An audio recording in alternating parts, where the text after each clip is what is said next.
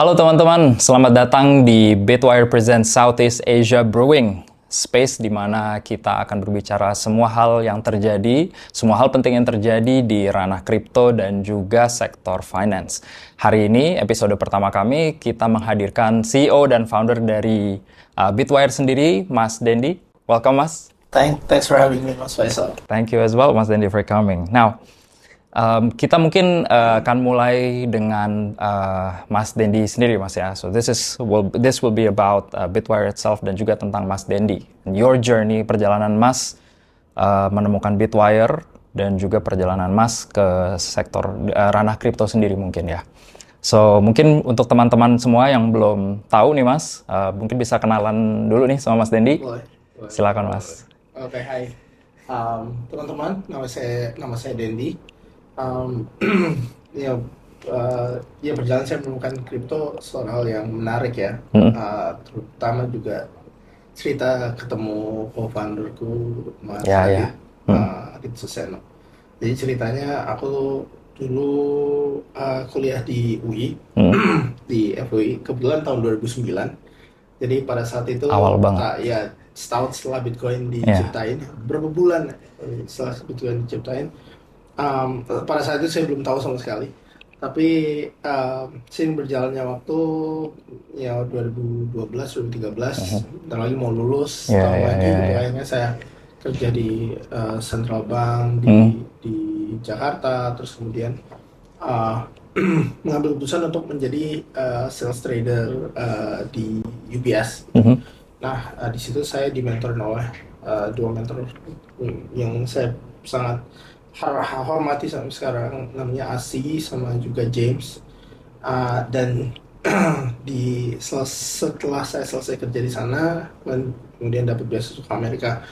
Di sebelum itu saya kebetulan baca tentang Bitcoin white paper. Ya mungkin Adit juga punya cerita yang sama, tapi itu aha moment buat kita semua bahwa ada satu global currency yang bisa seamless gitu diperjualbelikan, ditradingkan di mana-mana dan bisa untuk transfer value system. Itu yang kita pada saat itu wow, berarti kita bisa jual beli pada dulu ya, kita bisa jual beli begitu Bitcoin muncul gitu kan, ide satu currency dunia itu ada, kita bisa jual minyak dengan Bitcoin misalnya. Harga minyak bakalan Bitcoin, harga apapun gitu bisa Bitcoin. Jadi kita Bitcoin yang 2013 ngelihat dunia pada saat itu, wah, semua hal itu bakal dalam satuan Bitcoin. Iya. Pergi sekolah ke Amerika, terus balik ke Indonesia. Ternyata pas balik banyak sekali koin-koin. Ternyata bukan cuma Bitcoin, ternyata ada USDT, ada USDC. Setelah berapa lama saya nggak mengikuti, istilah kerennya orang sekarang Bitcoin Maxi gitu ya. Tapi setelah pulang saya baru mulai mengerti bahwa inovasi keuangan itu terjadi, dan ada USD stablecoin, ada IBR stablecoin, ada crypto tokens, ada L1, L2, dan mulai banyak hal yang menurut saya bukan cuman yang sekedar spekulasi ya. Tapi ya impian kami berdua, Adit dan aku, dari tahun 2013, aku ketemu sama Adit itu di forum Facebook kebetulan Mas. Oh gitu ya. Juga kayak di forum Facebook. Kami salah satunya yang dulu di sini taruh Bitcoin gitu. QR code, jadi bisa bayar kayak gitu. Itu obviously pada saat itu tidak diperbolehkan ya Mas. Tapi itu sesuatu yang inovatif dari zaman itu. Nah, dari situ Adit sama aku mengerti bahwa next step kalau Bitcoin would be a thing, bakal ada market untuk trading itu. Dan market untuk trading itu 2013 ada, sebelum pre-regulasi itu ada kami, ada dulu namanya bitcoin.co.id, sekarang namanya Dollars, sama satu lagi lupa yang run namanya Imelda. Yang bentuknya lebih ke Coinbase dulu ya, jadi dealer. Nah, akhirnya aku balik dari Amerika, balik ke sini, kontak Adit lagi, Dit, yuk kita lanjutin visi yang kemarin. Terus Adit bilang ayo gitu.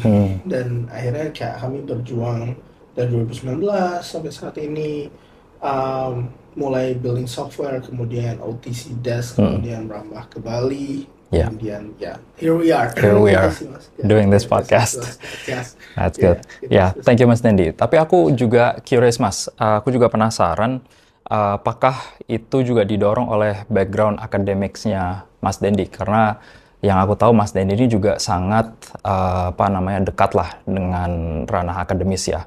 Considering orang tua Mas Dendi juga sangat well accomplished di bidang pendidikan juga gitu. Apakah itu jadi kayak salah satu pendorong juga Mas Dendi untuk masuk knee deep gitu di industri ini gitu?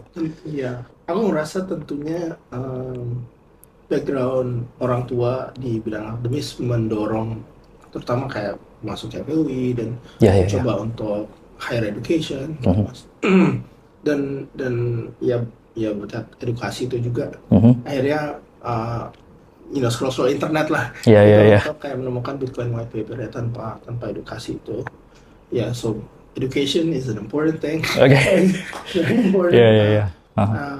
Itu aku setuju. For sure. Nah, untuk sekarang kita masuk ke Bitwire ya Mas ya. Untuk Bitwire sendiri ini pada saat pembangunannya dulu awal banget discuss dengan Mas Andit sebagai both of you co-founders. Apakah ini sesuatu yang didorong oleh market opportunity ataukah ini sesuatu yang di-trigger oleh something that's personal gitu Mas? Karena kalau yang aku dengar tadi kan it's more of a hobby pertama-tama, and then you met Mas Adit. Nice question ya. Menurut aku a little bit of both ya, antara keduanya. Ada satu aspek masing-masing personal di mana untuk kami mengirimkan Adit sama aku kalau diskusi lumayan libertarian ya, tapi di satu sisi gimana kalau jadi omongan kita itu gimana kalau ada yang sakit jantung di London, terus kira-kira kita mau ngirimin Swift. Nah, Swift itu kalau pengiriman uang ada maksimalnya kan per orang $2,000.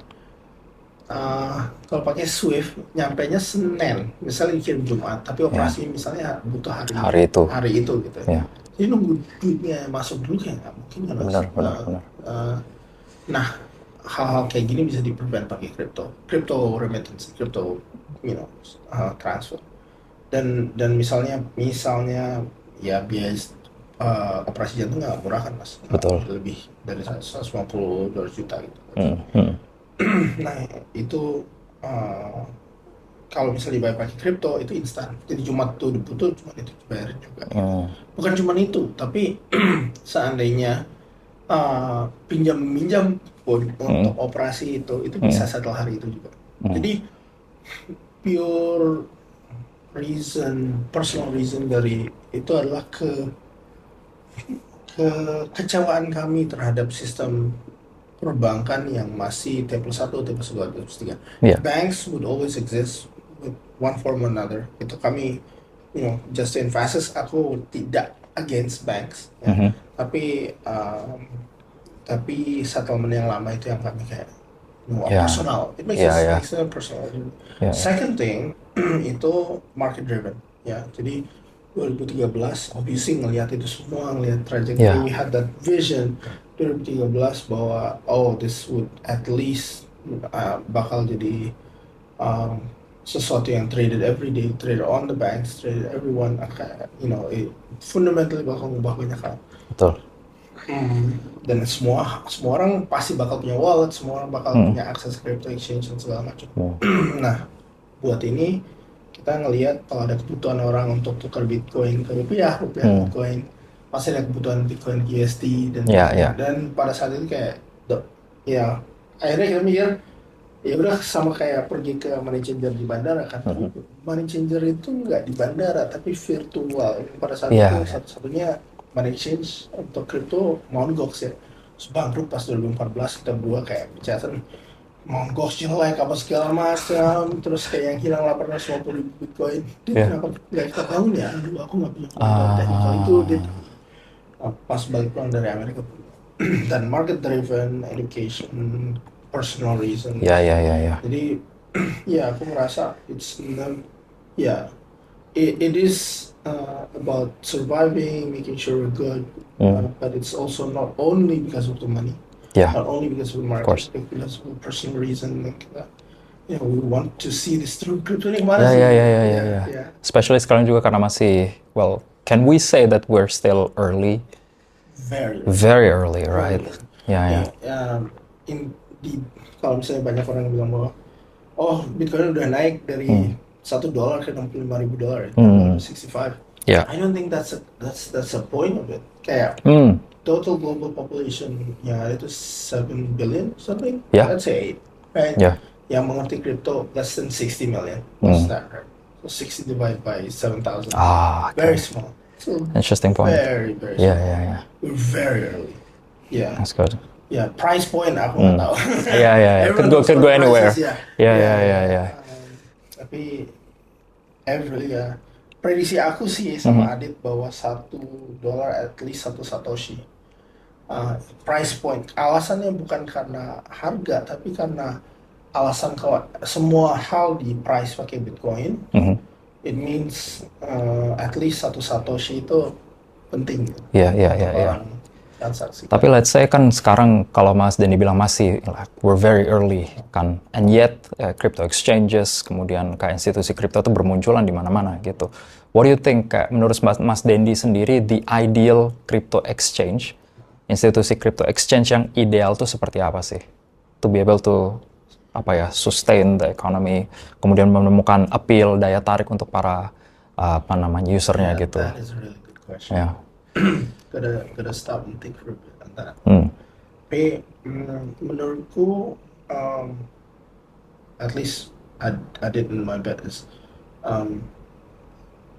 crypto exchange would become the next banks, right? So underlying that ambitious, yes, in a way. Tapi it's starting to have like banyak orang yang menaruh kayak dana simpanan savingnya itu di Indodax. Benar. Kalau mau dipakai ditarik gitu kan. Nah, orang tuh lumayan mulai nyaman naruh duit savingnya di crypto exchange gitu Mas. Biarpun ada hack sama segala macam, masih tetap maksudnya itu sesuatu yang mulai kalau udah ngerti crypto masih beneran Bitcoin aja. Mungkin sama kayak digital wallet kali ya, kayak GoPay kayak gitu. Mungkin juga the trust itu akhirnya berkembang sendiri juga gitu ya. Benar. Right. Obviously dengan possibility kalau kita lihat yang global banks yang ada apa aja sih, Goldman Sachs, JP Morgan, Morgan Stanley. Lebih cool kalau visionnya itu there's one super app yang bisa replacing these global banks with just it's just a wallet now. Yeah. Smart contracts and all that. It's beautiful, but at the end of the day, it's like humans, right? Yeah. Jadi centralized exchange yang bisa serving humans for what they need, which means savings, loans, loans for businesses, loans for consumers, penggunaan dana sehari-hari payments. That'd be great, all in one app. That's what I think the future crypto exchange would be, replacing all the consumer level retail banking. Yeah. So maybe kalau misalnya bisa aku summarize, nomor satu mungkin the ideal exchange itu would be like they have a lot of trust. People have a lot of trust in that institution gitu ya. Yang kedua, like they can sort of memitigasi kayak solusi pembayaran atau solusi finansial yang biasa dilakukan pada bank-bank finansial, bank-bank konvensional itu ya Mas ya. So it's really nice. Now, aku mau bicara sedikit tentang visi Mas Dendi yang pernah bilang ke kita di Bitwire tentang unified world currency. Boleh bicara sedikit tentang itu, Mas? Boleh. Jadi sementara world reserve currency itu dolar kan ya Mas? Ya. Tapi di satu sisi kita mulai melihat bahwa dolar itu diweaponisasi, digunakan sebagai senjata. Tapi di satu sisi ada movement lain, BRICS sama BRICS-Pay untuk membuat satu settlement system di luar US dollar itu sendiri. Mungkin sebelum kita ke sistem itu kita kenapa ini penting? Kenapa unified world currency itu penting? Karena artinya bahwa secara global ada satu unit untuk semuanya. Misalnya minyak yang ada di Argentina atau minyak yang ada di Karibia harganya harusnya priced in kurang lebih sama dengan minyak di Indonesia plus kurang lebihnya karena transportasi gitu kali. Tapi harusnya pricing dalam Bitcoin. Sekarang yang ada di Argentina itu di price dengan Argentina peso, di Brazil dengan Brazil real, dan itu fluktuasi tergantung kebijakan ekonomi sendiri. Dengan satu unified currency yang ada, selain unified currency ini traded dengan semua currency yang ada di dunia, dolar tidak lagi menjadi acuan utama untuk menjadi de facto satuan mata uang. Jadi everything is priced in US dollar right now. Oil, weapons, food, all DCME it's in US dollars. So imagine that shift dengan entah itu Bitcoin, entah itu apapun gitu kan ya. That unified currency is, let's say it's Bitcoin, right? So every single piece of commodities would be priced in Bitcoin. That would be a huge change dari sistem perekonomian sendiri. It gives more access to a lot more people to the world economy, which makes it better. Does not make it better but first world producers and controlling all this, but it makes it better for the whole equilibrium bisa dikatakan atau dikatakan equality buat semua orang accessing the same global markets. That's what I think. Tapi mungkin shiftnya itu it won't be as easy as it would definitely be not easy. Yeah. Not easy is a very soft word. Yeah, I know. Yeah, considering geopolitical it's also a mess. But Tapi peran Bitwire sendiri, Mas, because we're looking right now the now Bitwire and maybe the future Bitwire. Perannya kira-kira akan seperti apa, Mas? What are the things? Mungkin bidang apa yang mungkin kita bisa contribute? Right. So aku melihat Bitwire itu in a 5-10 year horizon. Mungkin sama seperti Andras juga. So we don't see this as one we're gonna do something now, change it later. No, we have one strategic line of views of what would happen, right? Dan yang aku lihat itu it comes to a couple of simple lines dari 2013 tentang payments, for example. We really wanted crypto to become a payment system. So Andres and I, why don't we invest into or also build stuff that are related to payments in the 10-year horizon? The other thing is buat price discovery yang itu perlu ada derivatives exchange. Jadi one way or another we need to build own that technology. And bukan cuman kayak relying or dependent on external white labeling parties, tapi developer own technology itu sesuatu yang penting. So that with that long term, idea, we're trying to consolidate on those. In the meanwhile, kita yakin bahwa the stable coin thing is going somewhere. So we both on our side and also the management team believes, kita percaya bahwa stablecoin trades will go somewhere. Dan Bitwire harus jadi exchange yang bisa nge-bridging antara crypto to fiat di emerging markets tersebut. We should be able to do it. Alasan ini karena sesuatu yang menarik tahun 2014 karena Adit sama aku we were from Mt. Gox, right? So Mt. Gox days is Bitcoin Japanese yen, Bitcoin USD, Bitcoin Euro, right? You don't see that anymore. You only see Binance dengan BTC USDT, Euro USDT and all that. Tapi then USDT against all local currencies. So now the world, the crypto exchange world is split into the main place where you speculate your money, and then the place where you buy the stable coins. It looks like a game. At the very beginning, it looks like this thing is like, oh, it's funny by BTC. Oh, Yeah, it's yeah, yeah. 65K. It's not a game. Yeah. It starts becoming investment ETF and all that. Tapi then the next step it would become a value, a value benchmark. Oh, oke, gampang ya ternyata kayak transfer Yeah, yeah, USDT yeah, yeah. satu online. Oh, ternyata beli USDT gampang. Hmm. When the whole world becomes full crypto to crypto, that's when one of our missions succeeds. Right? Jadi bridging people's wallets from fiat to crypto and moving them all to crypto would be one of our main missions. Yeah, yeah. But when you sorry, silakan Mas. No. Yeah. That's fine. When you talk about ketika Mas Dendi berbicara tentang emerging markets, right? Do you see what region do you see? You see like apakah Mas Dendi melihat atau memperhatikan Southeast Asia sendiri, atau is it like the next step for Bitwire atau seperti apa, Mas? Menurutku, pertama-tama karena kita home ground Indonesia ya, Mas. Yeah. Jadi we should set a foothold di Southeast Asia first, in the emerging market sphere. Emerging market saat ini kita nggak bakal sentuh US, UK, Yeah. The first world developing countries, developed countries, yeah. And Africa, Middle East, Latin America, EMEA kita bakal sentuh. Okay. Right. Menurut Mas Dendi, adoption di sana juga cukup mendukung untuk kayak we settling over there. It looks like top 6 crypto adopters itu Russia, India, China, Vietnam, Indo. That's cool. Alright. Mungkin kita kembali ke topik Southeast Asia ya, Mas ya.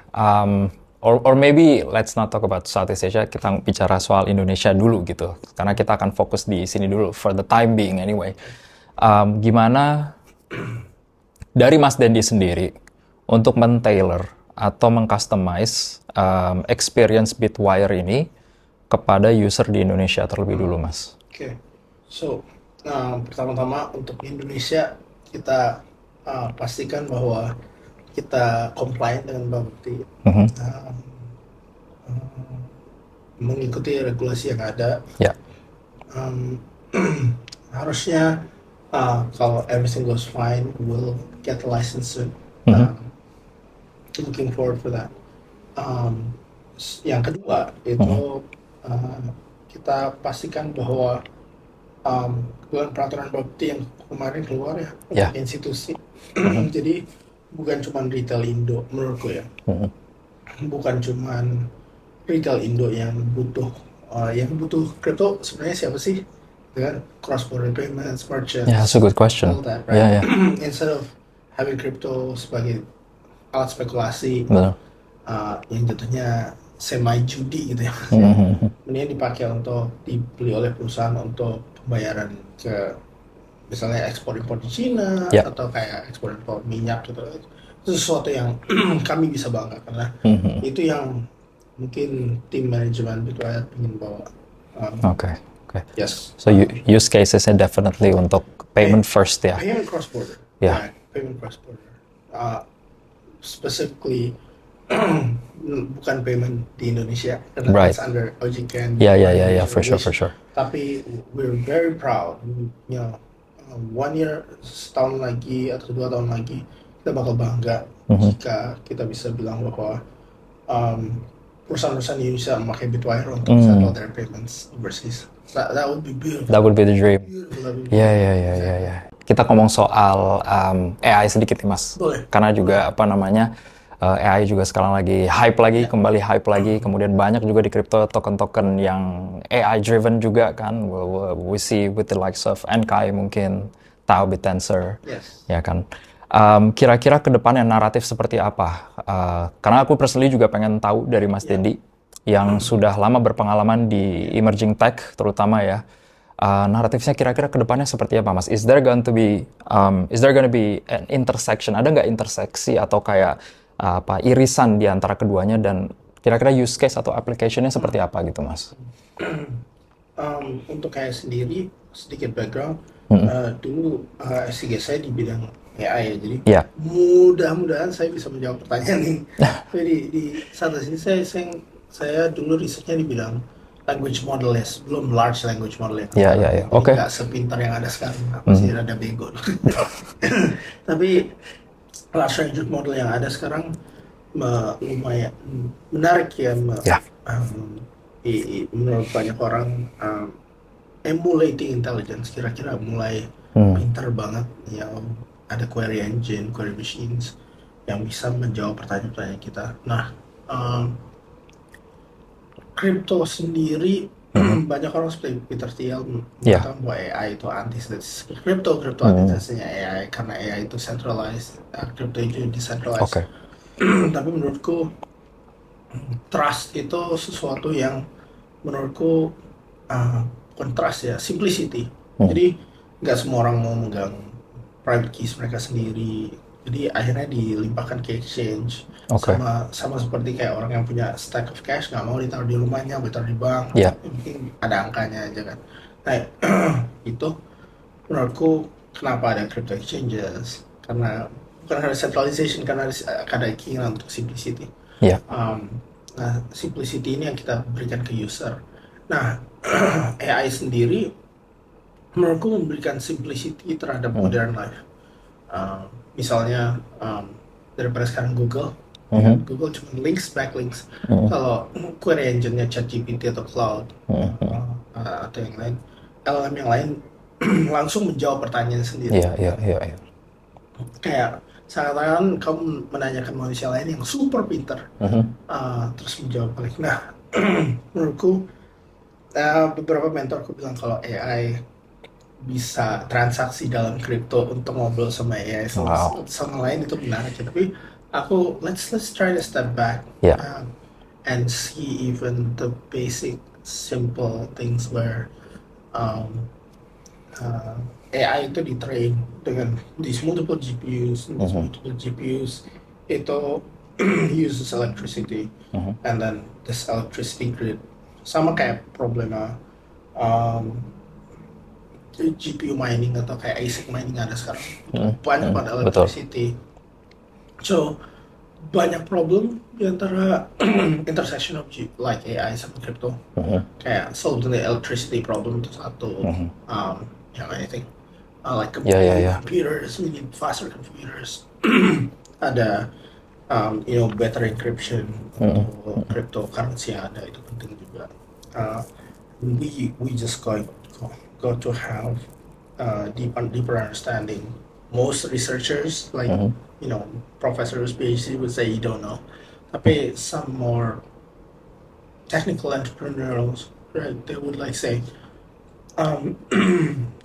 ada possibility AI training itu lebih decentralized lagi, jadi dan GPU mereka sendiri bisa bantu AI training globally LLM dengan dibayar pakai crypto gitu. Right. Yeah. That's beautiful. That's right. Kayak LLM ini bisa di-run, tapi untuk di-run LLM harus bayar crypto. That's beautiful. Like a decentralized LLM. That would be great. Yeah. Other than that, man, like AI is just like itu mulai kelihatannya bahwa the more GPUs that we give, the more compute that we give, it's just like the smarter it just becomes. Yeah, the more parameters. Riset profesorku bilang bahwa the bigger the model is, the better, because like he thinks that our brain is like a couple of trillion parameters. We're like at least 20 billion. At least 20 billion. Right now our models are 20 billion, so we need to go 10,000 fold from whatever we have now to reach the capacity of the brain, and that we need the energy of the sun to do it. So we need to invent either like a couple of nuclear power plants, or like definitely menurut Mas apa sih kayak challenge like if you can name like 3 to 5, 3 atau 5, energy is like the primary. Energy is the challenge. Compute the second. Quantum computers, if we unlock that, it's something else. Third, maybe crypto solves one really beautiful thing in decentralization of taking opportunities around the globe. Sekarang kita bisa lihat banyak orang yang buat teknologi companies di Argentina, di Mexico, yang as good as in the US, right? You start from karena di sini di semua emerging markets a wild west, not too much regulation. Kayak di US, the companies could start springing up really great. Like tech companies, non crypto, right? Yeah, Tapi yeah. fundraisingnya dari crypto, it's Betul, just so beautiful. Yeah. So this RWA equity tokenization would be something that would be big in a couple of years. Given kesempatannya untuk um, uh, OJK tiap negara untuk mengeluarkan token untuk ekuitas. Dan akhirnya kita bakal head to head sama securities houses, some equity exchanges. Yeah. That would be the battle 5 years down the line. Yeah, and then when the crypto exchanges take over, it's going to be a different thing. Right, because it's going to be much more, akan lebih accessible, juga kan, equitable. Yeah, equitable Yeah. opportunity. Nggak ngasih semua orang hal yang sama, tapi ngasih semua orang kesempatan yang sama. Right. Yeah, untuk starting things there. Kalau kita bicara Bitwire di tahap ini sekarang, Mas, kira-kira kita akan melihat 5-10 tahun ke depan kan. But let's take like 1 year gitu dalam 1 tahun ini. Dan 1 tahun ke belakang deh kalau boleh mungkin. Kayak ada nggak kayak challenge atau yang kayak mungkin, karena Bitwire kan dibangunnya mungkin lebih lama dari itu bahkan kan Mas ya. It's not easy to build a matching engine. But mungkin setahun ke belakang ada nggak kira-kira challenge yang Mas Dendi dan tim hadapi untuk membangun Bitwire ke fase sekarang ini, Mas? Ya, aku ngerasa yang paling kita mulai scaling up ke 100 orang ya, aku merasa problemanya sekarang it's a human problem. It's a human problem. Yeah, it's like find the people to manage it, to expand and like building the products karena we know like we have a great marketing team, we have a great engineering team, we have like great like operations team and finance team. Like getting them all synchronized together to work. It's like one really good challenge of like working with very smart people. You need to have like as smart people to manage them. So like we're starting to like expand and like organisasi in terms of managerial speak, yang susah dari membangun organisasi itu dari 5 ke 10 ke 30, 30 100 100 ke atas, 100 ke 1000 1000 ke 1000. Defaultnya itu ya Mas. Yeah, exactly. Karena then kita secara natural di bawah 30 we can still chat. One again rather. Once it gets above like 30, it's completely different. There should be one vision, one mission like this. There should be a way to like propagate like building this organization. A lovely, like I enjoy it. Yeah, itu aku ngerasa I really enjoy the process of it. Not every entrepreneur would love it. Some people would just stay small, nimble di bawah 10. Banyak market maker yang ngelakuin kayak gitu juga, Mas Faisal. Jadi mereka prefer di bawah 10 aja udah. Karena managing itu nggak semua orang suka. For us, we feel like it. So that's one. So I guess the biggest challenge, the ugliest challenge that we're facing. Yeah, finding the right people to like expand. Like internally. Maybe and externally. Yeah. Kan sekarang kita lagi di fase beta and everyone knows this. Kira-kira do you have like a date in mind maybe? Like kapan kira-kira kita bisa keluar dari beta, Mas? And kita bisa kasih fitur-fitur sepenuhnya yang sudah kita siapkan dari internal and finally everyone can enjoy it. I think 1st of January 2025 would be great. 1st of January. The new year would be something. Yeah, something to celebrate. Something to celebrate. Exactly. Definitely license soon. Definitely license pending out. Itu sudah penting. So whenever that comes out, we'll iron out, hash everything, build something that people would love, different from anyone else. Dan satu juga not di Indonesia yang ini ya, kita keluarga juga nggak killing competition. We don't want that. We want to grow the pie. We want to grow the pie and also build a unique, innovative product. Nggak kopas. Tapi kita bangun sesuatu yang baru. I think our engineers, the whole team, would be able to like do it. Like 100% be able to. Cool. 1st of January would be great. That would be great, Mas. Like in the coming months banget kan ya. Kayak fitur apa kira-kira atau kayak apa namanya benefit apa yang mungkin audience bisa atau user nanti bisa rasakan Mas setelah kayak wah kira udah keluar dari beta nih gitu. Kira-kira I think this this feature we bring up a special feature right now. Wouldn't kind of want to spill it yet. Okay, that's cool. I mean, we're discussing about maybe having some interesting coins pre-market yang belum pernah ada harganya sama sekali. Bybit, lain on our exchange. So pre-market listings or pre-market derivatives listing would be really interesting to see. And other features that are secret. Okay. But obviously, Okay. So kayak kalau misalnya aku nyobain app-nya sendiri, the most I can feel is apa namanya UI UX Mas, definitely a strong one. And then definitely nanti mungkin teman-teman di mobile app-nya sendiri mungkin akan bisa merasakan beberapa iterasi kita ke depan ya Mas ya. Update-update atau kayak patches kita ke depan, terutama kayak setelah kita roll out of beta, like the app is gonna be like, I can tell Mas, super strong. It's gonna be like well refined. People would love it definitely ya. Ya teman-teman, itu tadi episode pertama kita di Southeast Asia Brewing by Bitwire. Tentunya kedepannya nanti akan beberapa guest juga akan kita masukin dan kita akan bincang-bincang hal lainnya dengan beberapa figur-figur ternama di ranah kripto dan juga ranah finance. Dan expect juga dari kami untuk beberapa konten-konten yang luar biasa lainnya. Mungkin teman-teman juga udah bisa lihat di YouTube kita, ada beberapa episode yang udah tayang. Nah, nanti akan disusul dengan beberapa episode podcast lainnya.